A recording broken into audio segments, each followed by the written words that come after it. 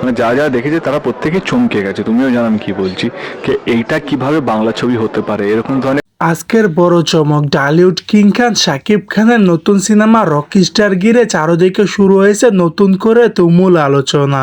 এই সিনেমার একটি জমকালো আইটেম গানে শাকিব খানের সঙ্গে পারফরমেন্স করবে বলিউডের গ্ল্যামার কুইন নায়িকা তামান্না ভাটিয়া।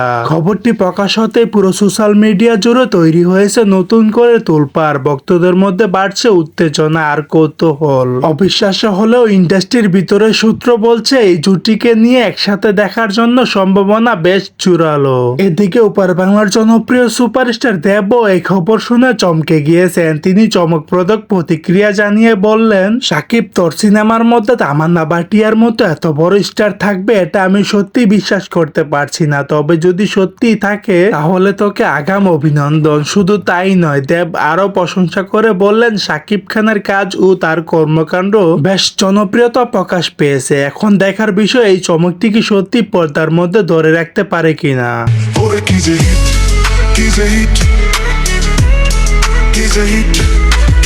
সো দর্শক, আজকের এই ভিডিওটি এই পর্যন্ত। যদি ভিডিওটি ভালো লেগে থাকে তাহলে ভিডিওতে একটি লাইক, একটি কমেন্ট আর অবশ্যই চ্যানেলটি সাবস্ক্রাইব করতে ভুলবেন না।